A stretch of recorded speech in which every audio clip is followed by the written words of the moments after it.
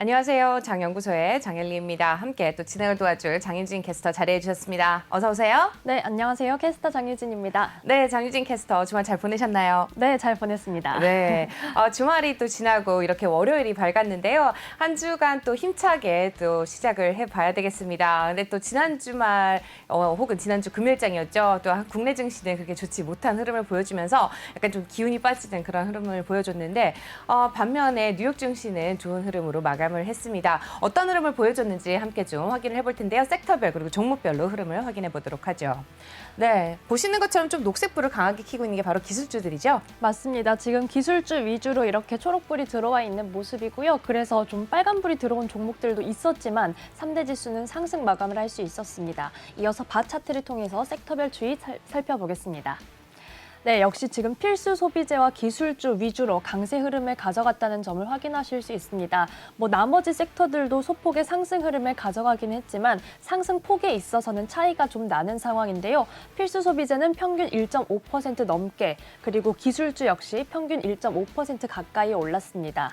여기에 지금 에너지와 유틸리티, 금융주까지도 소폭의 오름세를 가져갔는데요. 반면 지금 커뮤니케이션 서비스와 헬스케어는 약보합권에서 거래를 마쳤습니다. 여기에 11개 섹터 중에서 2개의 섹터를 제외하고 9개의 섹터가 상승 마감했습니다. 이어서 주간 차트도 함께 살펴보겠습니다. 네, 한 주간의 추이를 살펴보시면 그 전주하고는 정말 손바닥 뒤집듯이 달라진 모습을 확인하실 수가 있습니다. 전 섹터가 모두 평균 2% 넘게 상승 흐름을 가져갔는데요. 역시 최상단에 자리하고 있는 섹터는 기술주입니다. 평균 5% 가까이 올랐습니다.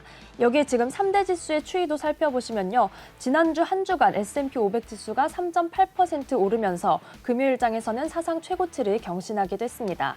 여기에 다우 지수도 4% 상승, 나스닥 지수도 3.6% 올랐다는 점도 함께 전해드립니다. 네, 이렇게 해서 주간 섹터까지도 확인을 해보셨습니다. 섹터별 흐름 확인해 보셨는데요. 주간 차트도 확인해 보시면 전반적으로 좋은 흐름을 가져간 뉴욕 증시 확인해 보실 수가 있습니다. 우리 국내 증시도 이렇게 좀 좋은 흐름을 가져가야 될 텐데 이렇게 아무래도 기술주의 흐름이 좀 유독 눈에 띄는 것을 확인해 보실 수가 있겠습니다. 종목별 흐름 확인해 보도록 하겠습니다. 네, 가장 먼저 살펴볼 섹터 아무래도 기술주가 아닐까 싶은데요. 네, 어떤 종목부터 살펴볼까요? 네, 시총 상위 종목부터 차례대로 훑어보겠습니다. 지금 마이크로소프트 먼저 만나보시면요. 지금 애플과 함께 3% 가까운 상승불을 나란히 켜냈습니다. 마이크로소프트 관련해서는 저희가 지난주 장연구소에서 뉘앙스 커뮤니케이션 인수 관련된 소식을 전해드린 바가 있는데요. 여기 지금 EU 당국에서 이를 승인할 것이라는 긍정적인 전망이 계속해서 나오고 있습니다. 한편 오는 21일에 이에 대해서 최종 결정이 이루어질 전망이라고 하니까요. 관련 소식 그때까지 계속해서 전해드리도록 하겠습니다. 이어서 애플의 소식도 함께 살펴보겠습니다. 네, 애플은 지난주부터 계속해서 상승 흐름을 가져가고 있는 모습입니다. 어떤 신시장 개척에 대한 기대감이 계속해서 반영되고 있는 추세인데요. 여기에 지금 3% 가까이 오르며 179달러 선의 정규장 거래를 마쳤습니다. 애플이 지금 시총 3조 달러를 눈앞에 두고 있는 상황인데 과연 이번 주에 돌파할 수 있을지 시장에서는 이에 대해서 좀 지켜보는 분위기입니다. 또한 지금 웨드부시 같은 경우는 향후 1년 안에 시총이 3.5조, 그러니까 3조 5천억 달러도 돌파할 수 있을 것이다 라면서 긍정적인 전망을 내놓기도 했는데요. 여기에는 지금까지 아이폰 13의 성장세가 저평가되어 있고 또한 향후에 지금 애플의 성장을 주도할 것으로 분석되고 있는 AR 기기를 출시했을 때 이 기기의 가격대가 $1,000 선으로 예상된다라고 분석하기도 했습니다. 또한 지금 벤진가는 이 AR 기기에 대해서 손동작과 사물 인식 기능이 탑재될 것으로 예상한다라고 발표했는데요. 이 어떤 손동작이나 사물을 인식하는 기능이 아무래도 AR 기기를 착용한 이용자들에게 어떤 몰입감을 높여준다라는 그런 지표로 현재 분석이 되고 있는 것 같습니다. 이에 대해서 또 밸런스는 애플에 대해서 역시 긍정적인 보도를 했습니다. 어떤 지금 시장의 혼란기 속에서 기술주에 투자하는 투자자들에게는 굉장히 안식처가 될 수 있다라고 분석했습니다. 네, 이렇게 해서 애플에 관련한 소식까지 함께 또 확인해 드렸습니다. 지금 최근 들어서 일론 머스크에 관련한 소식들이 가장 많이 이제 좀 전해졌던 것 같아요. 세계 3대 부자까지는 여러분들 잘 알고 계신 것 같은데 5대 부자 혹시 기억하고 계신지 모르겠습니다. 장희진 캐스터 혹시 5위에 해당하는 부자 이름 아세요? 저는 뭐 1위만 기억을 했었는데 네. 네, 5위는 알지 못했는데 이번에 네. 좀 알게 됐습니다. 네, 오라클에 대한 소식 한번 전해주실까요? 네, 오라클이 지금 주가가 급등하면서 오라클의 창업자인 레리 앨리슨이 세계 부자 5위에 등극했다라는 소식이 좀 전해졌습니다. 지금까지 뭐 4, 5위권에 있었던 인물들이 네. 함께 뭐 구글을 예전에 창업했었던 인물들이라고 그렇죠. 하는데요. 네. 좀 이번에 제치는 그런 흐름이 나타났습니다. 실적을 발표를 했는데요. 전년 대비 매출이 6% 증가했다라고 보고를 해왔습니다. 사실 저희가 지금까지 짚어드린 실적 발표 기업에 비하면 어떤 매출의 증가세 혹은 영업이익의 증가세가 아주 뛰어난 것은 아니지만 네. 그래도 시장의 예상치를 상회하면서 좀 투자자들이 환호하는 흐름을 보였습니다. 여기에 지금 이사회에서는 100억 달러 규모의 자사주 매입 승인도 발표를 한 상황인데요. 이런 소식들이 지금 겹 호재로 작용하면서 오라클 15% 넘게 탄력을 받았습니다.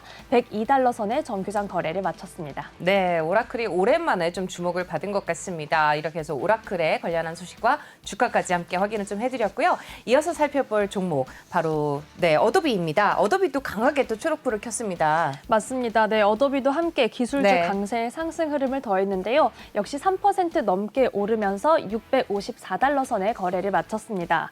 어도비에 대해서는 제프리스가 현재 지금 고점 대비 주가가 10% 정도 하락했기 때문에 투자자들의 관심이 필요한 시기이다 라면서 이렇게 좀 소개를 했습니다. 그러면서 투자 의견은 기존의 매수 그리고 목표 주가 역시 기존에 제시했던 760달러를 재차 강조했습니다. 네, 그 얘기는 아직도 이제 목표 주가까지 상향할 수 있는 여력이 좀 남아있다 이렇게 해석을 해볼 수 있겠는데요. 아직까지도 한쪽에서만 나온 의견이기 때문에 조금 더 지켜봐야 되지 않을까라는 생각이 들고 있습니다. 어도비에 대한 의견까지 좀 확인을 해봤고요. 이어서 살펴볼 종목 좀 독특한데요. 글로벌스타네요.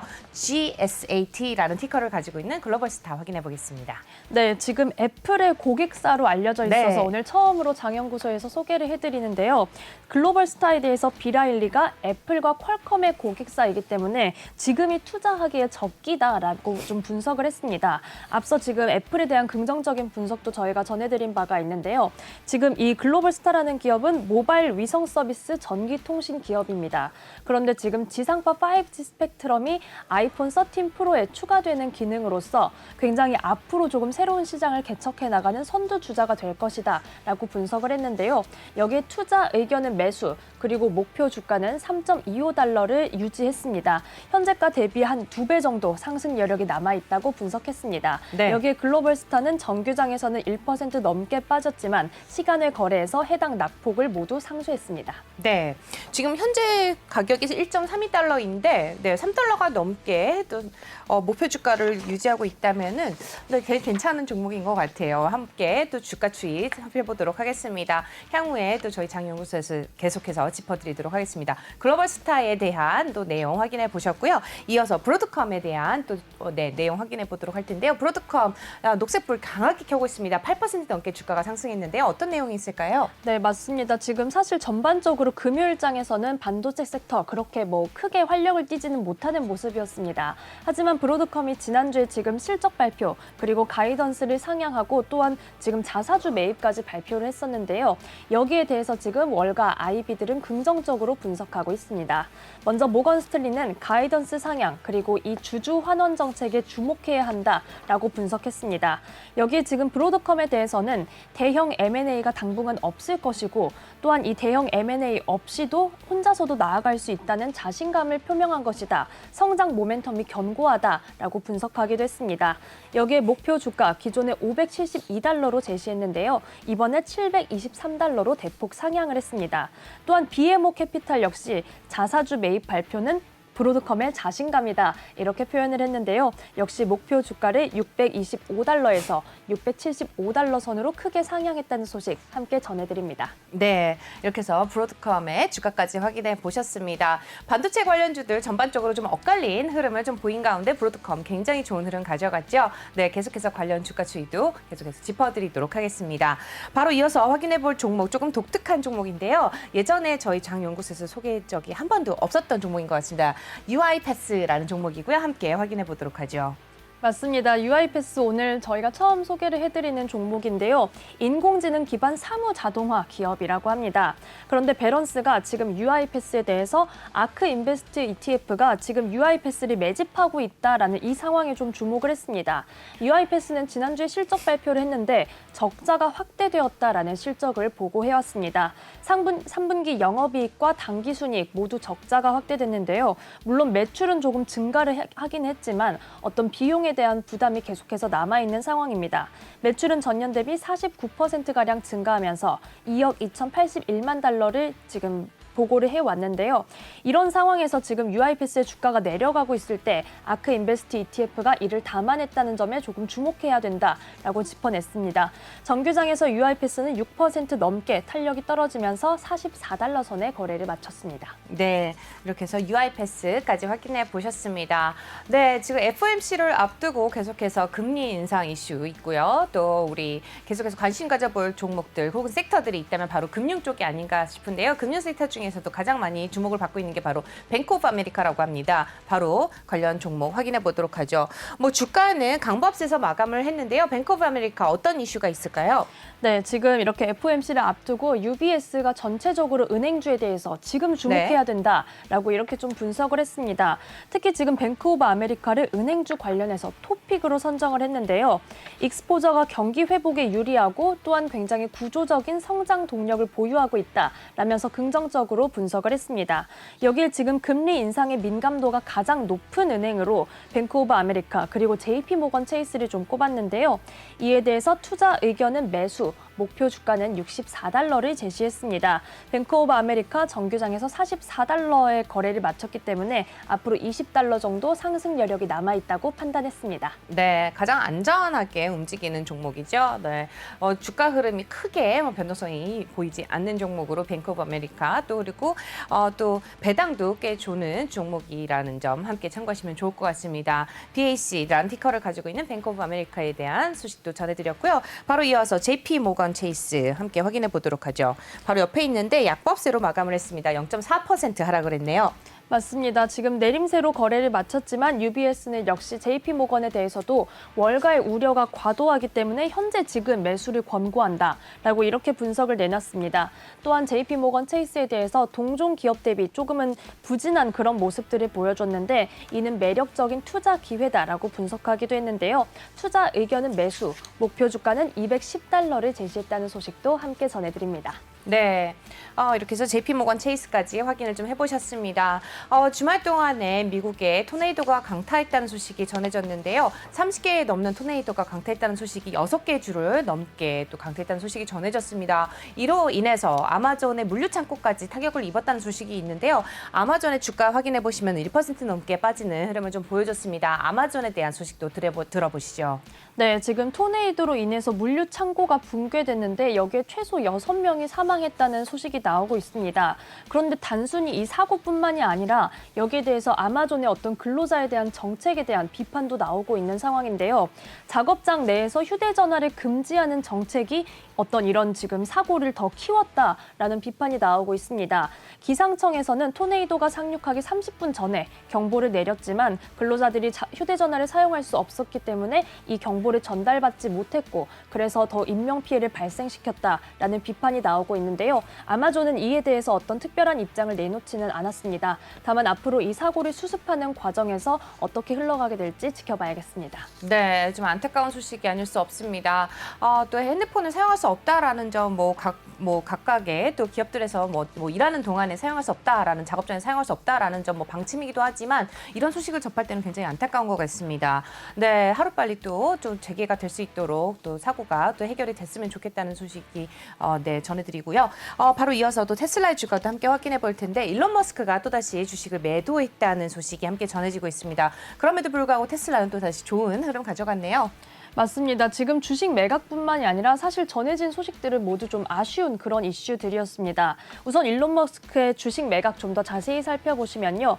93만 4천여 주를 매각했는데 이는 약 9억 6천여 달러의 규모인 것으로 전해지고 있습니다. 여기 지금 계속해서 테슬라는 어떤 생산량이 그 구매량을 따라가지 못하는 상황이 벌어지면서 북미 지역 외에서는 모델 X와 모델 S의 신규 주문을 중단한다라고 발표를 했는데요. 현재 지금 북미 외의 지역에서 이 모델들을 주문한 경우에는 내년 하반기에 인도가 될 전망인 것으로 전해지고 있습니다. 네, 이렇게 해서 테슬라의 주가 확인해 보셨습니다. $1,000를 여전히 지켜내고 있는 테슬라입니다. 테슬라의 주가 확인해 보셨고요. 이어서 제너럴 모터스도 확인해 보실 텐데 제너럴 모터스 굉장히 녹색불을 강하게 켜고 있습니다. 6% 넘게 상승했네요. 네, 지금 새로운 투자 계획을 밝히면서 강하게 탄력받는 흐름을 보였습니다. 제너럴 모터스가 미시간 전기차 프로젝트에 $30억 이상을 투자할 것이다 라고 계획을 밝혔는데요. 먼저 지금 디트로이트에 있는 오리온 공장은 지금까지 운영되던 것과 달리 전기 픽업 트럭 생산 허브로 전환할 것이다. 여기에 $20억 이상을 투자할 것이다 라고 밝혔습니다. 또한 지금 랜싱에 위치한 배터리 공장은 LG 에너지 솔루션과 분할 투자를 할 전망인데요. 앞서 30억 달러 이상을 투자할 것인데 오리온 공장이 지금 $20억 정도가 들어가기 때문에 남은 10억 정도가 랜싱 배터리 공장에 그리고 LG 에너지 솔루션도 비슷한 10억 정도의 규모의 자금을 투자하게 될 것으로 현재 분석되고 있는 상황입니다. 오늘 관련해서 LG화학의 주가도 함께 지켜보시면 좋을 텐데요. 제너럴 모터스는 금요일장에서 $63 선에 거래를 마쳤습니다. 네, 이렇게 해서 제너럴 모터스까지 확인해 보셨습니다. 포드도 9% 넘게 상승 여력을 가져갔다는 점 함께 확인해 보시겠습니다. 네, 포드도 주가 함께 확인을 좀 해볼까요? 포드 같은 경우는 9% 넘게 상승하면서 9.691% 상승하면서 $21.45 선에서 거래를 마쳤고요. 이어서 코스트코 주가 함께 확인해 보도록 하겠습니다. 코스트코 같은 경우도 밸런스에서 굉장히 좋은 또 의견이 나왔는데요. 어떤 의견이 나왔는지 장윤진 캐스터 전해주시죠. 네, 지금 코스트코를 비롯해서 필수 소비재 전반적으로 좋은 흐름을 가져갔습니다. 네, 그러네요. 타깃과 달러 제너럴은 조금은 아쉬웠지만 그래도 월마트도 2% 가까이 올랐고요. 덕분에 필수 소비재 가장 흐름이 좋은 섹터 자리에 좀 자리할 수 있었습니다. 코스트코에 대해서는 밸런스가 지금 실적이 호전되고 있고 공급망 문제가 최대한 완화되었다라고 분석을 했습니다. 여기에 지금 월가 아이비들도 목표 주가를 줄상향하고 있다라고 보도를 해왔는데요. 먼저 BMO 캐피탈과 모건 스탠리가 목표 주가를 나란히 $560로 상향을 했습니다. 특히 BMO 캐피탈 같은 경우는 내년 후반에는 코스트코가 회원비를 인상할 가능성이 있는데 이는 실적에 좀 더 실적 호조에 도움을 줄 것이다라고 이렇게 분석하기도 했습니다. 또한 지금 시티그룹도 목표 주가 $550, 스티블 역시 목표 주가를 $555로 제시를 했는데요. 역시 지금 코스트코의 어떤 회원제 그리고 어떤 고급 고객들이 늘고 있다는 점에 주목하고 있는 상황입니다. 네, 이미 지금 목표 주가를 거의 이제 터치하고 있는 그런 흐름을 보여주고 있는 코스트코의 주가 확인해 보고 오셨습니다. 네, 바로 이어서 확인해 볼 종목은요, 펠로톤입니다. 예전에 소개해드린 바 있는 종목인데요. 펠로톤의 주가 함께 확인해 보시죠. 네, 펠로톤은 다시 한번 52주 신저가를 기록했습니다. 네. 최근에 좀 약세를 가져가고 있는데 지금 회사가 이미지 관리를 잘 못하고 있다라는 그런 비판에 직면을 좀 했습니다. 크레딧 스위스와 BMO 캐피탈이 나란히 회사의 이미지 관리를 제대로 하고 있는지 의문이다라고 분석을 했는데요. 네. 네, 지금 섹스 앤 더 시티 리부트라는 시트콤에 펠로톤의 자전거가 등장을 했습니다. 여기에서 배우가 직접 펠로톤의 자전거를 타는 그런 모습이 나왔는데 운동을 하다가 사망하는 그런 설정이 좀 등장을 했습니다. 그런데 지금 펠로톤이 제품이 등장하는 것은 알고 있었지만 어떤 스토리라인, 어떤 플롯으로 지금 이 제품이 소개되는지는 모르는 상태에서 어떤 출연을 좀 허가했다. 이런 이야기들이 나오면서 월가 아이비들이 펠로톤은 지금까지 기업의 스토리텔링에 강했던 회사인데 좀 주의를 하지 않는 것 같다라면서 아쉬운 그런 분석을 내놨습니다. 또한 지금 대중들의 인식이 변하고 있다라고까지 좀 비판을 한 것으로 전해졌는데요. 좀 웃지 못할 그런 소식입니다. 크레딧 스위스는 그래서 펠로톤의 목표 주가를 $112 선에서 $50로 대폭 하향을 했는데요. 펠로톤은 지금 이러한 위기를 극복하기 위해서 사실 그 죽었다는 배우가 캐릭터가 그는 살아있다라는 자체 패러디 광고를 좀 내놓으면서 반격할 것으로 전해지고 있습니다. 네, 섹스 앤 더 시티에서 사망하는 그런 저기가 나왔다고 해서 주가가 반토막이 나는 경우는 참 웃지 정말 못할 헬팽인 것 황당합니다. 같습니다. 네. 네, 여러분 설마 펠로톤 가지고 계시지는 않기를 바랍니다. 참 주식은 알다가도 모르겠어요. 그죠? 네. 펠로톤에 대한 주가까지 전해드렸습니다. 네. 이 미국에서만 좀 가능한 일이 아닐까 싶기도 한데요. 좀 바로 또 웃지 못할 그런 상황이었던 것 같습니다. 예전에 코로나가 발생을 했을 때 코로나에 맥주에 관련한 또 주가가 하락했던 그런 일이 또 바로 발생했던 걸 감안한다면 얼마든지 가능했던 일인 것 같습니다. 네, 또 지난 주말에 또 우리 국제 유가 확인해 보시면서 또 우리 유가 관련주들 확인해 보지 않을 수가 없을 텐데요. 엑슨모빌과 또 쉐브론 또 주가 확인해 보도록 하죠. 네, 지난주에 정말 국제 유가 오랜만에 70달러 선을 회복하는 그런 모습을 보여줬는데요. 우선 그리고 전략 비축유 방출 관련된 소식이 들어와 있는 상황입니다. 오는 17일에 전략적 비축유를 방출할 계획인데 이에 앞서서 엑슨모빌이 에너지부에 이 전략 비축유를 대여했다라는 소식이 전해졌습니다. 480만 배럴을 대여를 했고 에너지부는 이에 대해서 엑슨모빌이 나중에 동일한 물량을 회복시켜 놓는다라는 이 조건 하에 대여를 좀 승인했다라고 분석하기도 했습니다. 엑슨모빌은 소폭의 오름세 가져가면서 63달러 선의 거래를 마쳤는데요. 전략적 비축유 방출도 앞두고 있지만 오늘 오펙의 원유 시장 보고서가 발표되는 날입니다. 관련해서 에너지주의 추이 계속해서 전해드리도록 하겠습니다. 안녕하세요. 내외경제TV의 장유진입니다. 저희 내외경제TV의 다양한 영상과 콘텐츠 잘 보고 계신가요? 더 많은 영상과 콘텐츠를 원하신다면 지금 왼쪽의 버튼으로 저희 채널을 구독해주세요. 저희 다시 보기 채널도 따로 있으니까요. 많은 관심 부탁드립니다.